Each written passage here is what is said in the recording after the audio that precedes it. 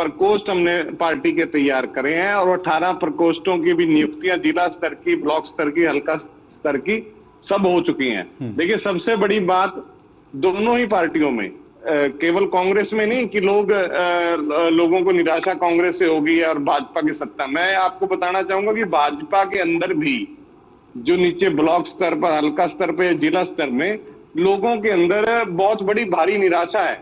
कोई भी इनका संगठन का पदाधिकारी बनना नहीं चाहता। उसके कुछ कारण है बड़े।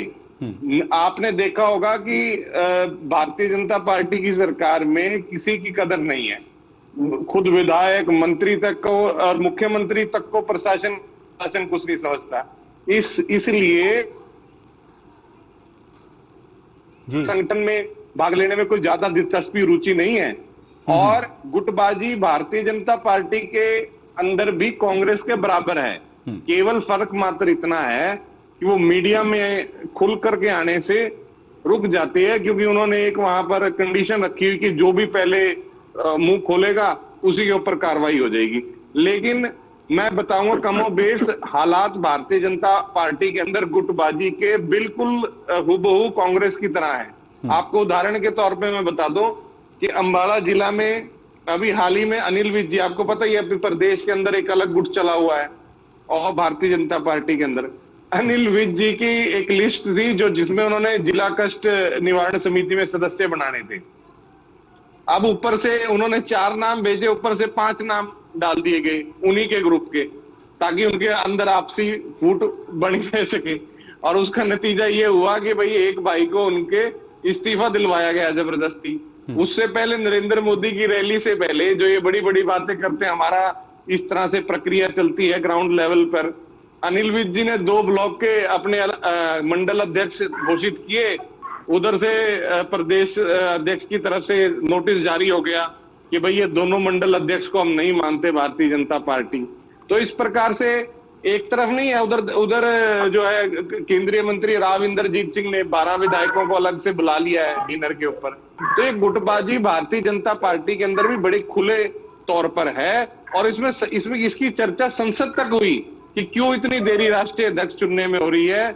वहां राष्ट्रीय अध्यक्ष के ऊपर भी इनकी गुटबाजी है जो उत्तम पेजार है।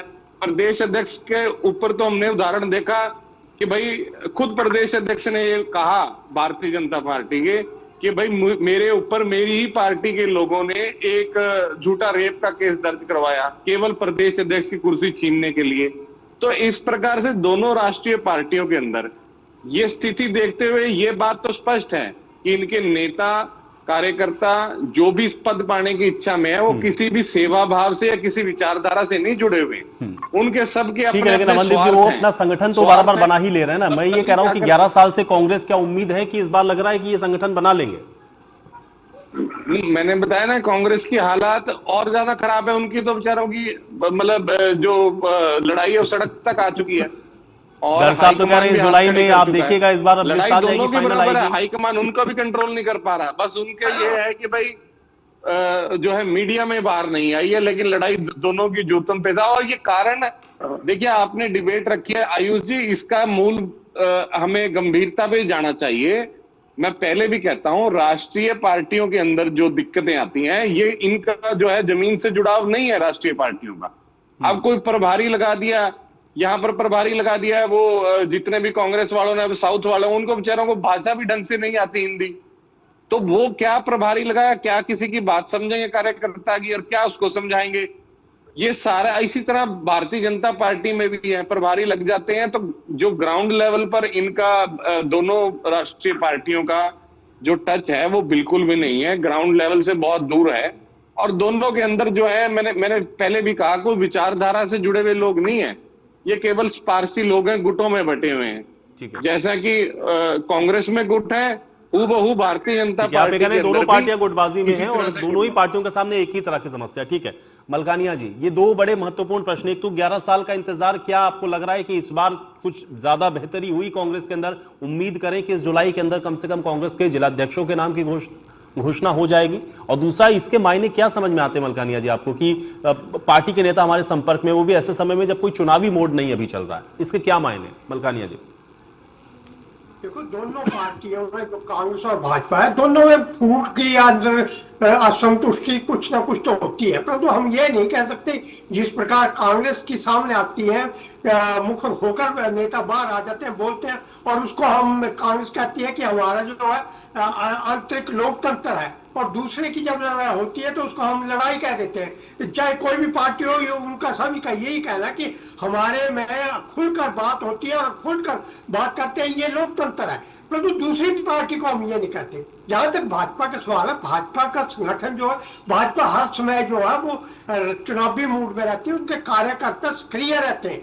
ये ठीक है, थोड़ी बहुत होती है उनमें, हर की महत्वाकांक्षा होती है, हर कोई आगे बढ़ना चाहता है, परंतु उसमें ये ऐसा नहीं होता। भाजपा में ये नहीं पता लगता कि कब किस कार्यकर्ता को उठाकर ऊपर ले जाया जाए और कब किस बड़े नेता को नीचे गिरा दिया जाए।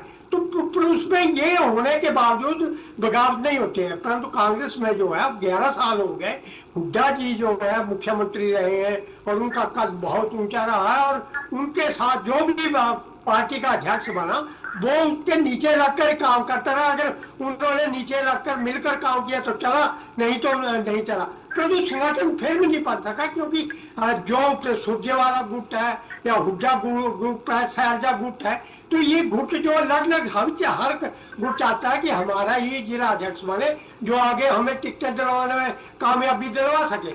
और इस प्रकार जब बात चलती है तो अब जो लिस्टें दे दी है, 6 गुटों के नाम दे दे, 6 जिला अध्यक्षों के नहीं, लेकिन मलकानिया जी ये काम करेगा क्या? क्योंकि एक तो राहुल गांधी का डायरेक्ट इन्वॉल्वमेंट होना ये, और दूसरा ये कि उन्होंने जो बाहर से ऑब्जर्वर्स लगाए कि कोई किसी की कोई सिफारिश ना चले, वो समझ पाए और एक फेयर इनफ कम से कम ये एक्सरसाइज हो जाए कि जो नाम जा रहे हैं उसमें किसी तरह का कोई इन्फ्लुएंस नहीं है।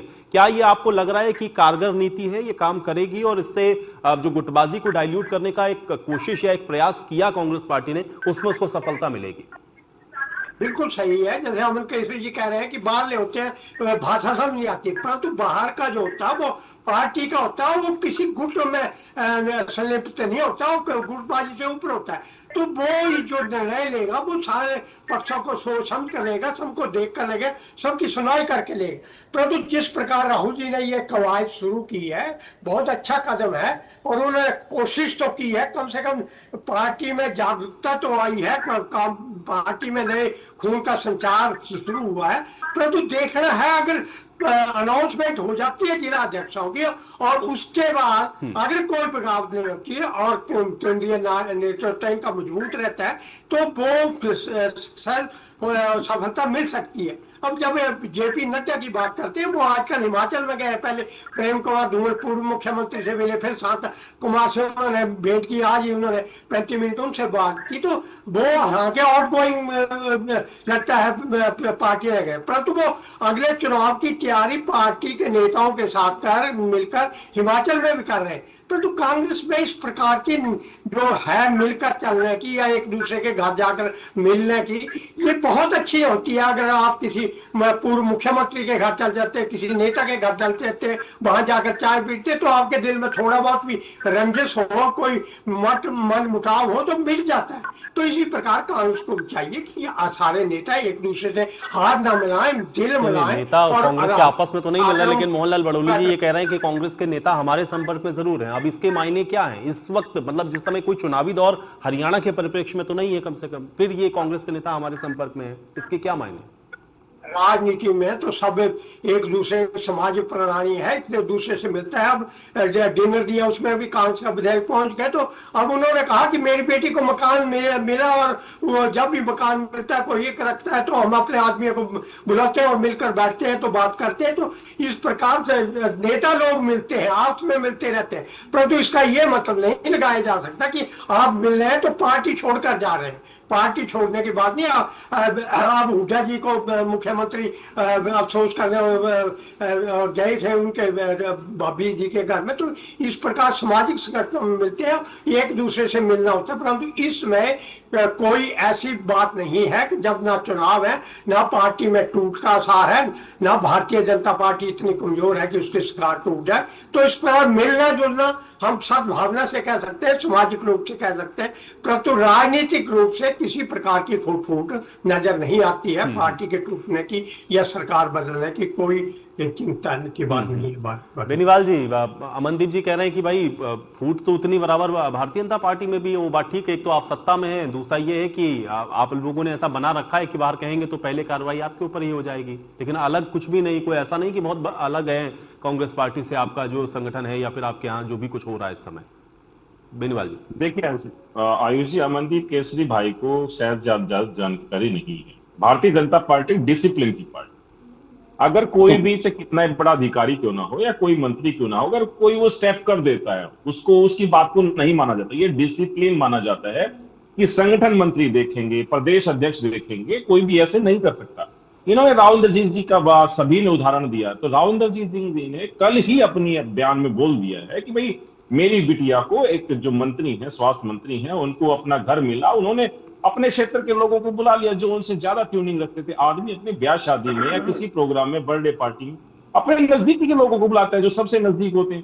तो उनके घर पर अगर एक डिनर पार्टी थी, उसमें बिल्कुल करीबी लोग चले गए, तो इसमें ज्यादा राजनीति करने की या इसमें यह कह देना कि फूट है, ये है, राहुल इंद्रजीत सिंह ने तो अपना नया खेमा खड़ा करके, ये सब झूठ और बेकार की बातें जो विपक्ष है उसको करने की आदत है और ये लोग करते रहते हैं।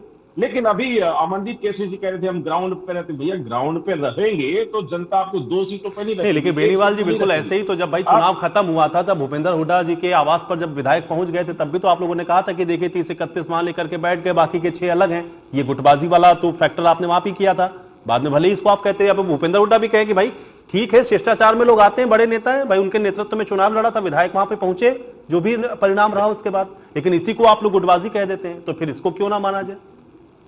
वहां पे वो परिपेक्ष देखिए आप, वो परिपेक्ष था एलओपी